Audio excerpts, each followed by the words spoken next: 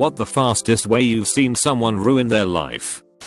I had a friend in college who had a tendency to act before thinking, but was generally fun and well-meaning.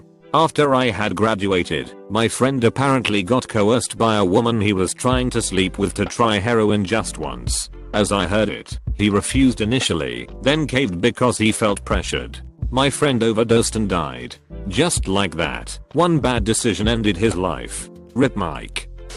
A former acquaintance was playing around with a homemade crossbow that I'd helped him with. I was massively into archery and fletching, and he seemed serious about it. I typically made him leave it with me because deadly weapon. I have an explanation. He kinda didn't. Anyway, to convince his parents to let him join an archery club, he wanted to show off the crossbow we made. I thought it was a decent plan, so let him take it without any ammo.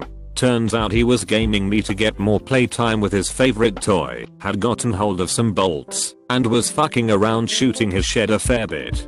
He somehow ended up firing a bolt that missed the shed completely, passed between the slats on his fence, and hit his neighbor's daughter in the spine. She hasn't walked since. He got fucked up real bad by her unstable older brother. They both did jail time. Acquaintance was disowned and ended up homeless, and now I'm not sure where they are in life. Edit. I've had a few people comment that even a stable person would want to fuck up someone for something like this. Truth told, I half agree. I still feel like it's important information to the situation, however, and just want to qualify the statement. The beating he got was brutal, involved a crowbar, and left him with a broken femur. The difference between wanting to do something like that and actually acting on it is important. Also, we were 18 at the time. The girl was 12, her brother 21, for all those asking. About 50 years ago, when my great uncle was in his early 20s, he drove home so drunk that he ran over and killed 2 college students and didn't even realize it. After his initial incarceration, he didn't know how to function as a free citizen, so he keeps getting himself sent back to jail. For example, he got out of jail around a year ago and couldn't make his first month's rent. His solution was to walk to the convenience store, steal a beer, and sit on the curb waiting for the cops to arrive. Dropped out of a very good college with a full scholarship that his family could never have afforded otherwise, after 3 years due to World of Warcraft addiction. No, this wasn't me. I managed my addiction responsibly. Edit. We are thinking of different guys. The fact that dozens of replies are "Hey, I know this guy's" disconcerting but not unexpected. Edit. I played WoW from release through Cataclysm, but never really had a problem walking away from it to focus on life, which is probably the experience of most of the player base. After I quit, I started having intrusive thoughts about relapsing, even 8 years later, but have never felt that I'd given to that. I had a friend years back, always kind of an odd guy, but he had a good heart. Anyway, one day, I was hanging out with him and a few other friends, and he told us he was going to get a tattoo tomorrow, and had this super cool idea, but he wouldn't tell us what it was, because he wanted it to be a surprise. We saw him about a week later. He had tattooed 3/4s of his face green. Like, no design or anything, just solid dark forest green. Basically, he just left the top right quarter of his face normal and the rest was all green. He had been immediately fired from his job the day after getting the tattoo. I kind of lost touch with him shortly after that, since he moved to another city. I'd heard he wound up living in his car. No idea why he did what he did. He'd had a very good job in it at a pretty big company, and was making decent money. No clue why he thought permanently turning 3/4 of his face green would be super awesome. I was there when my older brother tried heroin for the first time. Fast forward 15 years, and he is constantly going to the hospital for abscesses that appear on his arms and legs, and is almost completely cut off from the rest of the family because he's robbed our parents more than once. Every few years he swears he is going to kick the habit. The first few times we collectively ponied up cash to send him to rehab and tried to be as supportive as we could. After the 10-3 laps or so, we are too exhausted to even pretend to be hopeful about his newest attempt to get clean. In the Air Force, this new guy joins and goes out to a bar, then decides to drive home. Gets a DUI, loses all his rank, has to pay a ton in fines, but leadership fought for him and he was allowed to stay in the Air Force. 2 months later, as he's paying tons of lawyer and legal fees, he does something really stupid. Drives home from the same bar drunk and gets arrested. Loses his license and gets kicked out of the military, so loses all his income while he's thousands of dollars in debt. That's not even the worst part. A few months later, he celebrates being a civilian again by, you guessed it, going to the same bar, then driving home drunk. Arrested and put in jail for a while. I can't imagine he has many future career opportunities with a less than honorable discharge and an arrest record. I had an acquaintance who was pretty successful, early 30s, good job, homeowner, etc. His next door neighbors had custody of their niece, a 16-year-old cheerleader who was home alone all the time. They struck up a friendship. Need I say more? Actually, yes. The cops stop him randomly with her in the passenger seat. They hit her, since she looks young. Call her guardians, who deny that he has permission to take her anywhere. Here's the thing, they had crossed a county line. Boom. Kidnapping charge. They break him an interrogation, and he admits to 6. Boom. Statutory rape charges. They convince him to unlock his phone and find her nudes in his inbox. Boom. Child pornography charges. Boom goes the cell door. My boss has a saying, you're only one more drink and one stupid comment away from losing your career. That being said, I watched a former coworker pull a beanie toward the crown of his head and say, check it out, I look like Brian's cock. Apostrophe. Brian was his uncircumcised subordinate, sitting right across from him. My former coworker was out of a job within a month, divorced within 6, and living on the streets within 3 years. High school acquaintances were partying underage and some other kids with drama were buzzing the party in some stupid loud car. Drunk guy thinks the best way to handle this is to throw a huge paving stone at the car on one of its passes. Stone goes through window, hits passenger, mid-body/lap, not head. Driver panics and refuses to take passenger to hospital. Apparently everybody was under the influence. She bled out of internal injuries in the hours that followed. Guy who threw the stone is still in prison for manslaughter. Less than 24 hours. My ex-neighbor's ex-girlfriend went on a racist road rage rant that got filmed. It went viral on Twitter. I remember reading the news article and thinking about her for some reason. She wasn't named. It wasn't until months later that I found out it was her. She was fired from her $300,000 a year job next day and immediately started getting death threats. She had to move in with her boyfriend. She tried getting a job, but people would look her up and be like, WTF. She spent $10,000 on a reputation defender, changed her name, was shunned by many family and friends. Her boyfriend, who she wanted to marry, broke up with her because he couldn't stand the months of depression. She ended up leaving the state. I knew this guy in my 20s. He was kind of new to our little group. He brought this girl around. She was trying to fuck everybody. I didn't know him that well, but I tried to tell him about her. He didn't believe me and took her side. We stopped talking. When she was trying to fuck me one night, she told me he had a premature ejaculation problem and he was really lame in bed. She specified she really needed some good dick because he seriously only lasts like a minute. I wasn't interested in her and politely declined.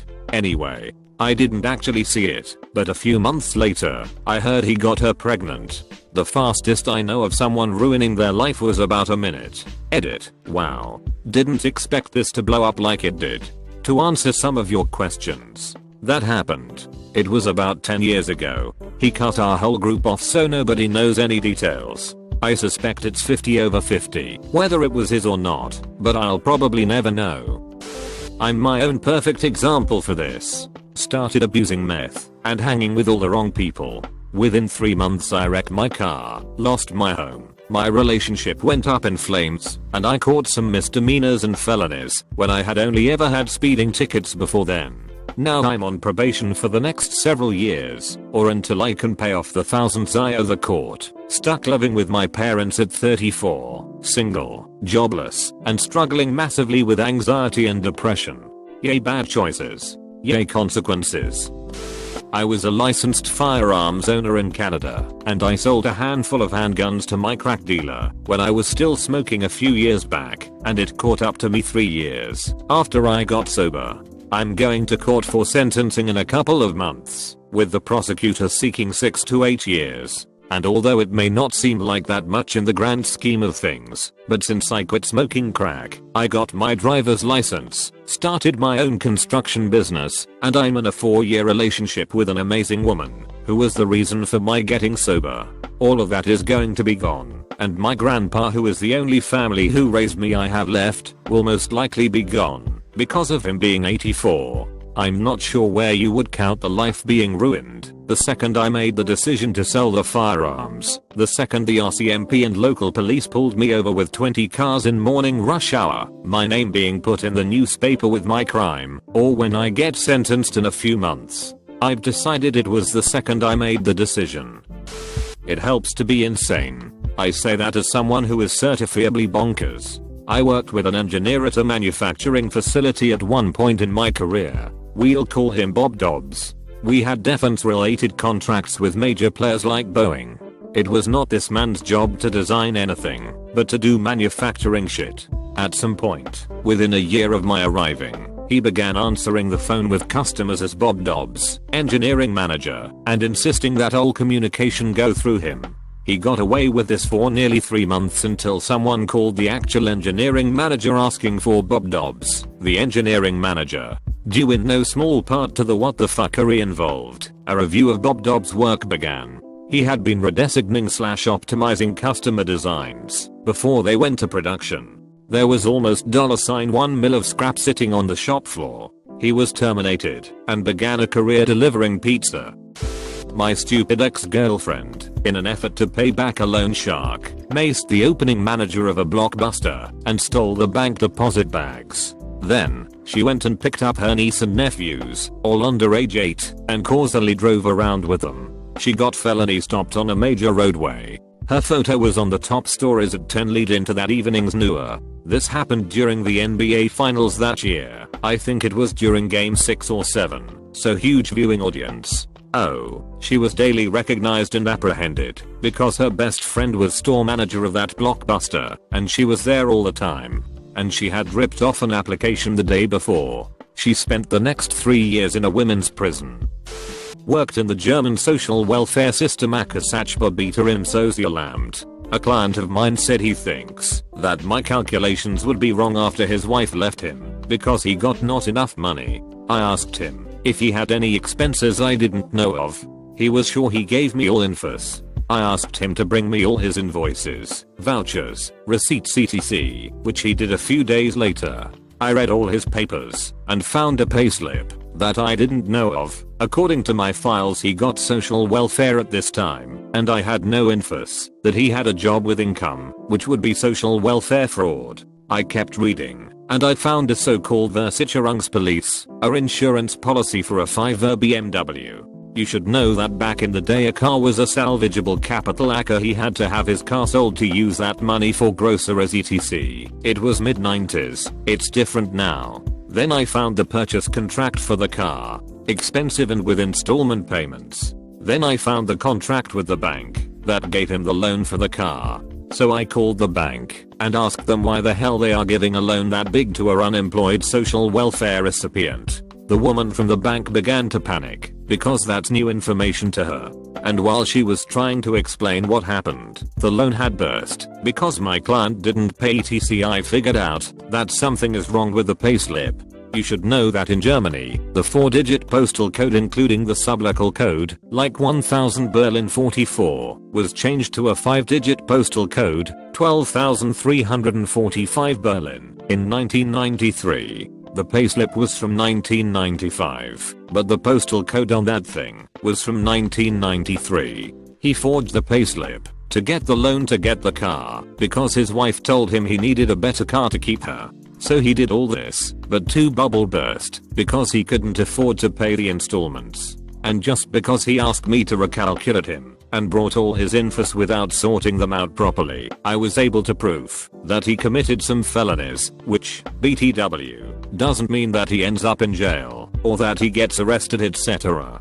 He told me the story. I said what I have to do now and what might happen in the next weeks. Both have been charged and convicted of social welfare fraud, insurance fraud, falsification of documents, and sneaking bank loans using fake income information. When I was in college in the early 2000s, a sophomore drove his car into a bunch of kids out partying on a Saturday a block and a half from where I was living. He was going 60, 70 miles per hour, swiping cars parked on the side of the road, before he hit the crowd. I think 4 people died. He got out screaming nonsense before being tackled. Was on a handful of drugs. Last I heard he was in a mental facility. Was dating a girl whose little sister got knocked up when she was around 17.